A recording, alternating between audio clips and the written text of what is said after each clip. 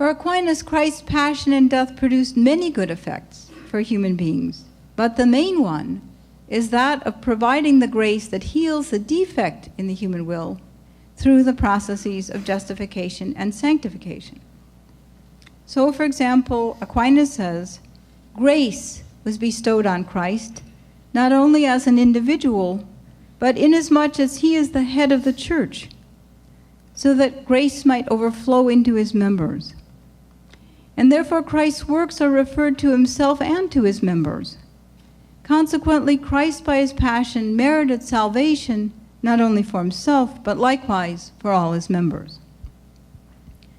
On the kind of interpretation represented by Aquinas' account, then, the passion and death of Christ are a solution to the problem of human sin because they are responsible for the grace that heals the human will. So that, very, very roughly sketched, is the two different kinds of interpretation. In my view, interpretations of both these kinds raise perplexities and concerns, and at best, each of them also seems incomplete as a solution to the problem of human sin. So consider, to begin with, interpretations of the first Anselmian kind.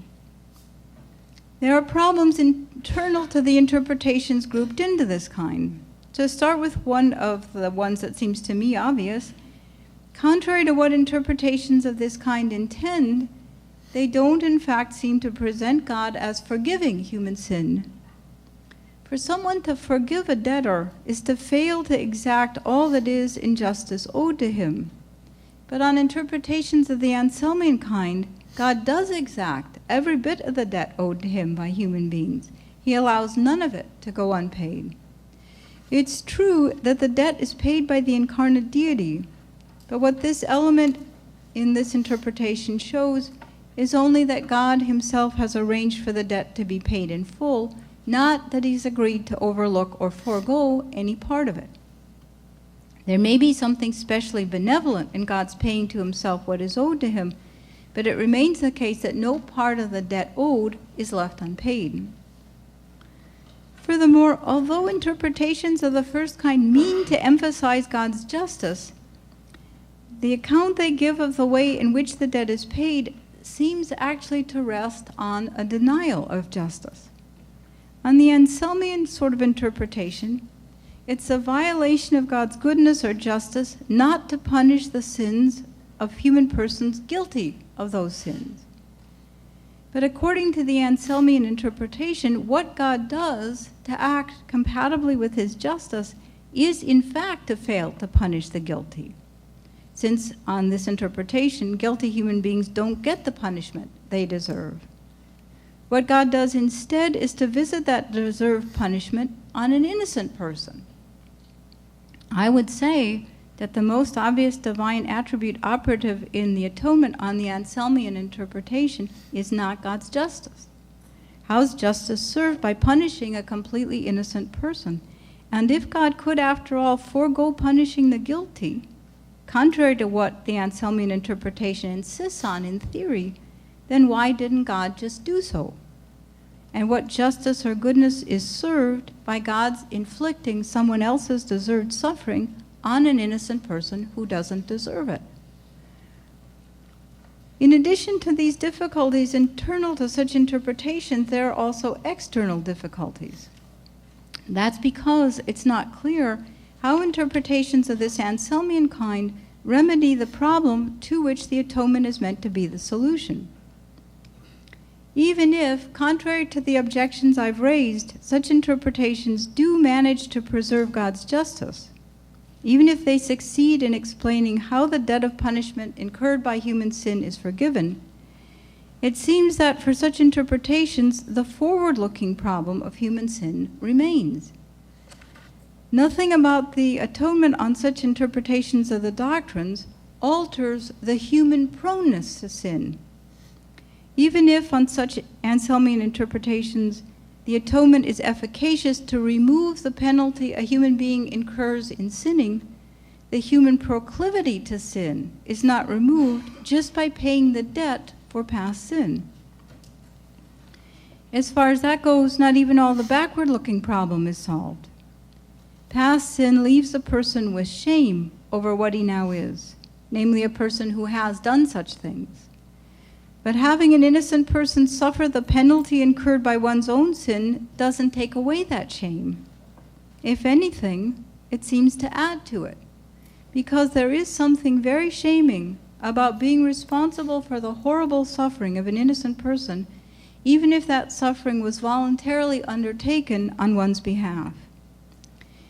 In George Eliot's Middlemarch, when Fred Vincy is stricken with guilt and shame over his inability to pay the debts he incurred through profligate gambling, part of what makes the shame worse for him is that at great cost to himself, his friend Caleb Garth pays part of that debt for him.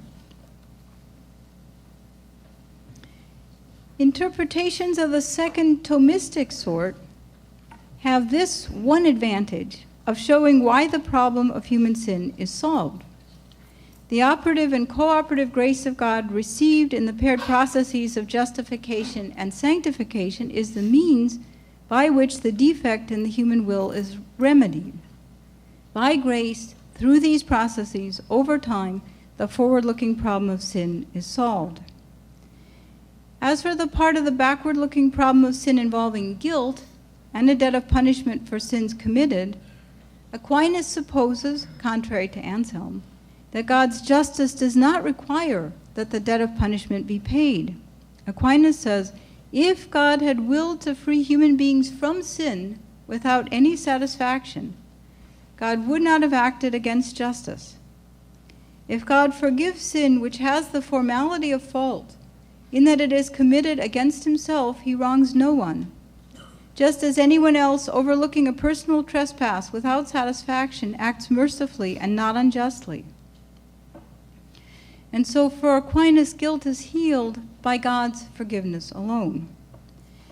And the backward-looking problem of shame also has at least some remedy, just because grace remedies the forward-looking problem of the proneness to sin. Grace heals a person who is prone to sin. And so in that sense, it makes him a new person. But his shame attached to the acts he did as the old person, the person he used to be before he was healed by grace. And so although a human being healed by grace recognizes that he did those acts, nonetheless he accepts that he is no longer the person he was. And to this extent, the shame of his past actions no longer attaches to him now. So interpretations of the Thomistic kind have these advantages over interpretations of the Anselmian kind. Nonetheless, like the Anselmian kind of interpretation, the Thomistic kind has both external and internal problems.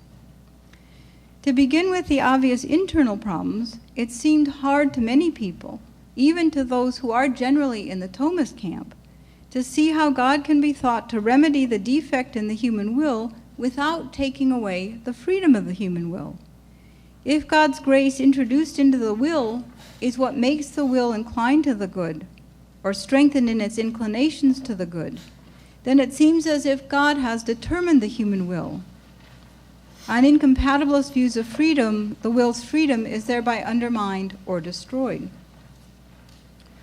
More importantly, from my point of view, there are also external problems for the Thomistic kind of interpretation, the most considerable of which is this: how are we to understand the connection between the giving of grace and Christ's passion and death? As the quotation I just read from Aquinas makes clear, Aquinas does not think that God's forgiveness requires the passion and death of Christ or any kind of payment of the debt of punishment incurred by sin. In fact, Aquinas thinks that God could have saved human beings from sin without Christ's passion and death. Aquinas says, simpliciter and absolutely, it was possible for God to deliver human beings otherwise than by the passion of Christ, because nothing is impossible with God. If the problem of sin is solved by God's giving of grace, then it's hard to see how to avoid the conclusion that Christ's passion and death are irrelevant to the remedy for the problem of human sin. On the face of it, it seems obviously possible for God to give grace, healing the human proneness to sin, just by willing to do so.